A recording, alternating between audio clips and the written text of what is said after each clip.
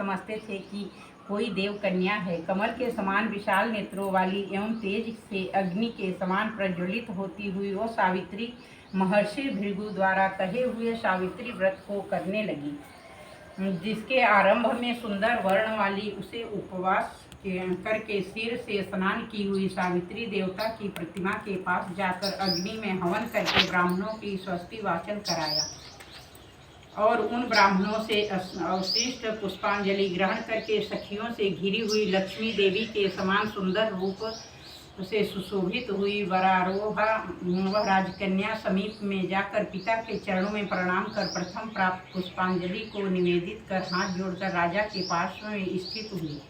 युवावस्था को प्राप्त हुई देखकर राजा ने उनके विषय में मंत्रियों से सलाह लेकर राजकन्या से कहने लगा, हे पुत्री, तुम्हें योग्य वर को देने का समय आ गया। मुझसे कोई तुम्हें मांगने के लिए भी नहीं आता और मैं विचार करने पर तुम्हारी आत्मा के अनुरूप वर को नहीं पा रहा हूँ। अतः हे पुत्री, देवताओं के निकट मैं जिस तरह निंदनीय न हो वैसा तुम करो। मैंने धर्म शास्त्रों में पढ़ा और सुना भी है कि यदि पिता के गृह में रहती हुई विवाह के पहले ही जो राजकन्या रजो धर्म से युक्त हो जाती हैं वह शूद्रा के समान समझी जाती है तथा उसके पिता को ब्रह्म हत्या के समान पाप लगता है। इसीलिए हे पुत्री, मैं तुमको भेज रहा हूँ कि तुम स्वयं अपने योग्य वर ढूंढ लो। वृद्ध मंत्रियों के साथ शीघ्र जाओ और मेरी बात को मानो। इसके बाद जैसा कहते हैं वैसा ही होगा। ऐसा कहकर सावित्री घर से निकल गई और वहां पहुंचकर माननीय वृद्धजनों को प्रणाम कर सभी तीर्थों और आश्रमों में जाकर पुनः मंत्रियों के साथ सावित्री अपने गृह पर आ गई। पिताजी के समस्त पवित्र देवर्षि नारद जी को बैठे हुए देखा।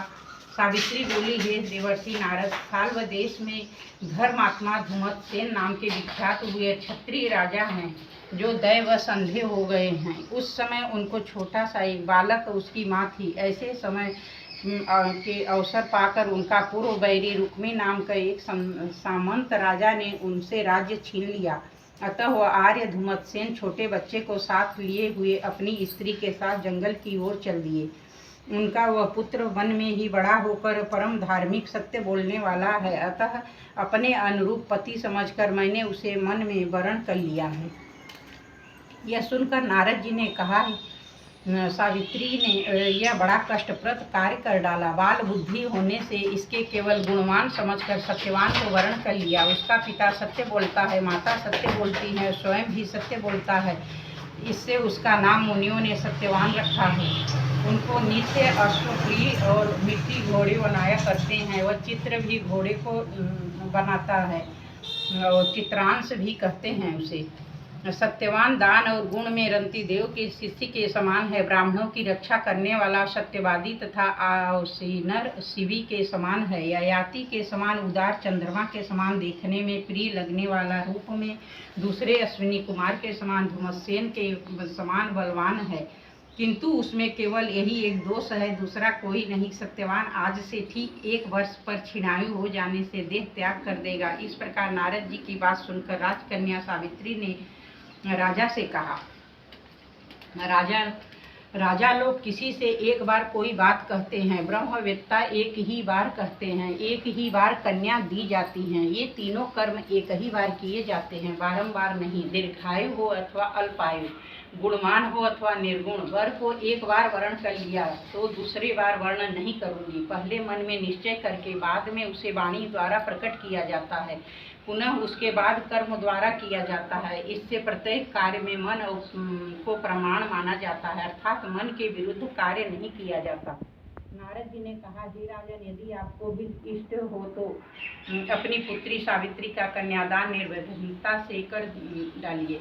ऐसा कहकर नारद जी आकाश मार्ग से स्वर्गलोक को चले गए। उसके बाद राजा ने भी शुभ मुहूर्त में समीपवर्ती वेदों के परागामी ब्राह्मणों के द्वारा पुत्री सावित्री का विवाह संबंधी सभी कार्य संपन्न किया और तन्वंगी सावित्री भी मनोअभिलाषित सत्यवान पति को पाकर ऐसे प्रसन्न हुई जैसे कोई पुण्यवान पुरुष स्वर्ग को पाकर प्रसन्न होता है। पुनः शिवजी पार्वती जी से कहते हैं, हे पार्वती, इस प्रकार उस आश्रम में उस समय रहते हुए सावित्री कुछ समय व्यतीत किया। उस समय केवल एक भार्या सावित्री ही ऐसी थी जिसके चित्त में रात दिन नारद की कही हुई बात याद रहती थी। उसके बाद बहुत दिन बीत जाने पर मरण काल आ गया, जिससे सत्यवान को मरना था। अतः सावित्री नारद की कही हुई मरण तिथि को हृदय में गिनती हुई ज्येष्ठ मास के शुक्ल पक्ष की द्वादशी तिथि को सायंकाल में आज से चौथे दिन मेरे पति मरना चाहिए, यह सोचकर 3 रात्रि तक निराहार व्रत रहने का उद्देश्य रखकर रात दिन आश्रम में स्थित रूप से रहने लगी। इसके बाद 3 रात्रि बीत जाने पर प्रातः काल मरण तिथि वाले दिन स्नान कर देवताओं का तर्पण करने के बाद चारुहासिनी सावित्री ने सास ससुर का पाद वंदन किया। इसके बाद जब कुल्हाड़ी लेकर सत्यवान जंगल की ओर चला, तब जाते हुए अपने पति के पीछे पीछे सावित्री भी चली। वन में जाकर सत्यवान जल्दी जल्दी पुष्प, समिधा, कुशा, सूखी लकड़ी इकट्ठा कर लिया। लकड़ियों को काटते काटते उसके सिर में पीड़ा होने लगी और सब कार्य छोड़कर सावित्री से कहने लगा, हे सुंदरी, सिर की वेदना से मुझे दुख दे रही है, अतः मैं तुम्हारी गोद में क्षण भर सोना चाहता हूँ। सावित्री ने दुखित होकर कहा, हे महाबाहो, आप विश्राम करें, पीछे हम आश्रम को चलेंगे। जैसे ही पृथ्वी पर बैठी हुई सावित्री ने सत्यवान के सिर को अपनी गोद में रखा, वैसे ही कृष्ण मिश्र पिंगल वर्ण वाले किरीटधारी पीत वस्त्र पहने हुए साक्षात सूर्य के समान उदित हुए पुरुष को देखा। उसे देखकर सावित्री प्रणाम कर मधुर वचनों में कहा, आप देवताओं अथवा दैत्यों में से कौन है और हमारे धर्म